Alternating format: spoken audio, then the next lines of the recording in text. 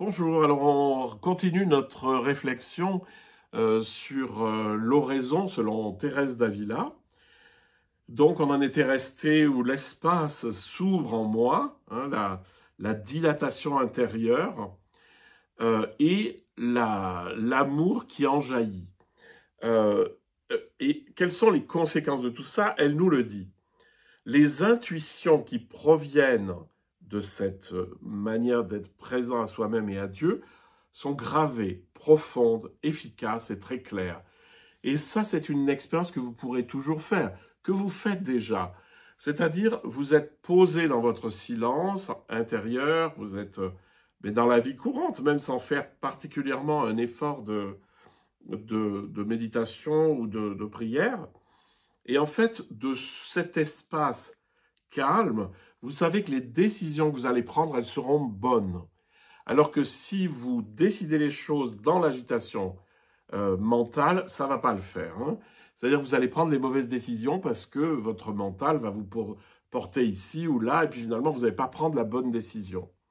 Donc les intuitions qui proviennent de cet état où je suis uni à Dieu dans un grand espace conscient et silencieux et dans un amour qui sort, qui est sous forme d'élan, ça c'est beau parce que l'élan, on sent qu'il y a quelque chose qui jaillit.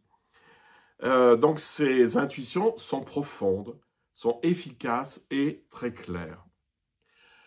Sorti de l'oraison, vouloir le bien de l'autre me semble évident. Je le fais sans aucun effort de volonté. Ça, c'est central. Beaucoup dans la spiritualité, hélas aussi beaucoup dans la spiritualité chrétienne, on a appuyé sur la volonté. Je veux faire la volonté de Dieu. Ben, si je veux faire la volonté de Dieu, c'est toujours pas Dieu qui fait sa volonté, hein. Donc, vouloir le bien de l'autre, c'est quoi? C'est juste cet amour naturel qui est au fond de moi, puisqu'il vient de Dieu, donc c'est ce qu'il y a de plus naturel au fond du fond, hein. Cet amour jaillit, puis vous allez voir dans votre vie des choses que vous allez forcément aimer, et du coup, vous allez agir en conséquence. Vous allez voir votre plante qui est un peu desséchée, bah, vous allez avoir un élan d'amour pour elle, vous allez l'arroser. Hein, il suffit pas, on va pas toujours aller sauver ces pauvres migrants dans la mer. Hein, vous voyez, c'est pas, on cherche pas le grandiose d'abord, hein. C'est-à-dire ce qui vous est donné dans votre vie.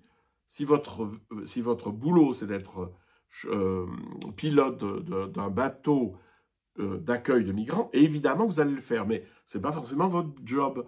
Mais votre job, ça peut être juste un élan d'amour pour sourire à votre boulangère qui vous donne le pain, et qui est assez fatiguée par son boulot, pour proposer votre aide à la voisine qui a un peu du mal à monter son panier de commission, etc.